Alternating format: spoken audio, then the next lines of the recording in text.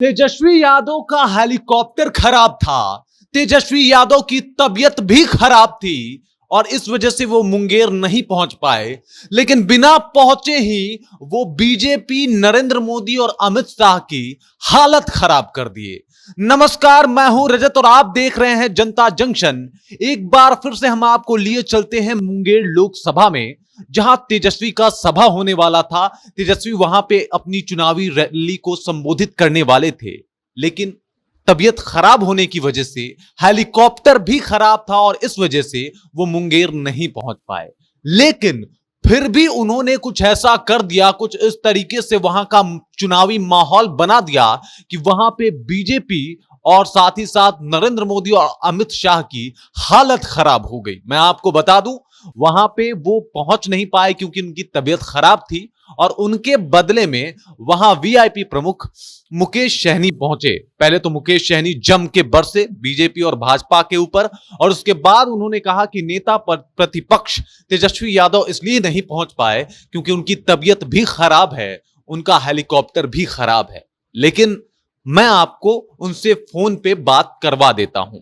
उसके बाद वो तेजस्वी यादव को फोन लगाते हैं और तेजस्वी यादव वापस से कहते हैं कि मैं आप लोगों के बीच उपस्थित नहीं हो सका क्योंकि मेरी तबीयत भी खराब थी और हेलीकॉप्टर भी खराब था।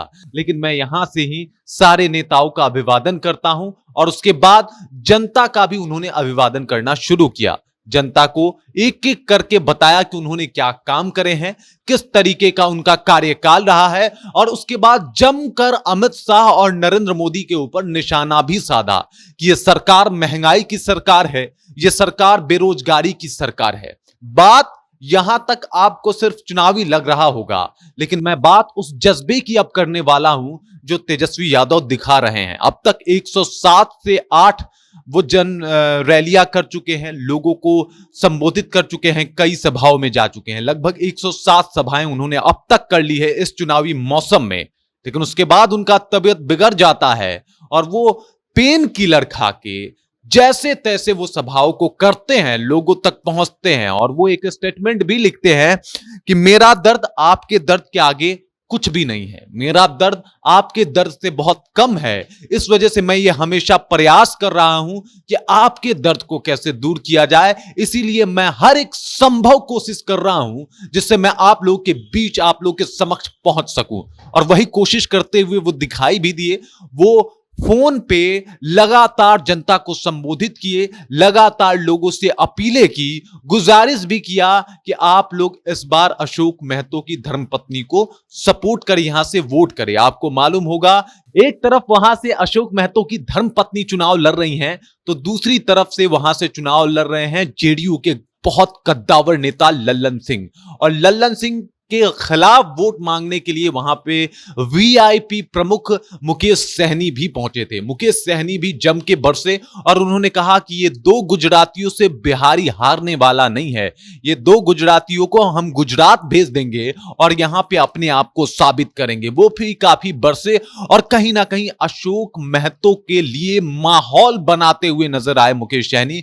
चुपचाप खड़े होकर अशोक महतो उनके भाषण को सुन रहे थे और वहां पे लगातार मुकेश सहनी बीजेपी पे, अमित शाह पे और नरेंद्र मोदी पे निशाने साध रहे थे। लेकिन इन सब के बीच में जो तेजस्वी का ये चुनावी स्टंट है वो खासा अलग है। अब वो फोन पे ही जनता को संबोधित करते हुए नजर आ रहे हैं, जनता से अपील करते हुए नजर आ रहे हैं कि आप लोग एक बार फिर से हमें सपोर्ट करें, हमें वोट करें। और इस तरीके का उनका भाषण खूब लोगों को पसंद भी आ रहा है। हालांकि उनकी कल और कई चुनावी रैलियां थी, उन सब को उन्होंने रद्द कर दिया।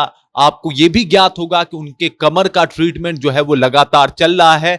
कल वो आईजीएमएस भी गए थे अपने कमर के इलाज के लिए, कमर के सीटी स्कैन के लिए, और उसके बाद वहां से वापस भी आए। लेकिन अभी भी वो बिल्कुल इस चुनावी मूड से बाहर नहीं निकल रहे हैं, लगातार लोगों को संबोधित करते हुए दिखाई दे रहे हैं। और तेजस्वी यादव का ये हौसला, ये जज्बा कहीं ना कहीं इस चुनाव में उनका ये मेहनत जरूर रंग लाएगा। बाकी इसके ऊपर आप क्या सोचते हैं? तेजस्वी यादव के इस चुनावी प्रतिक्रिया के ऊपर आपका क्या ख्याल है? तेजस्वी यादव और मुकेश सहनी किस तरीके से मुंगेर में जो है वो सत्ता पलट कर सकते हैं, इसकी जानकारी आप हमें दे सकते हैं कमेंट बॉक्स के माध्यम से। आप जाइए कमेंट बॉक्स में अपनी प्रतिक्रिया दीजिए। बाकी मैं हूं रजत और आप देख रहे हैं जनता जंक्शन।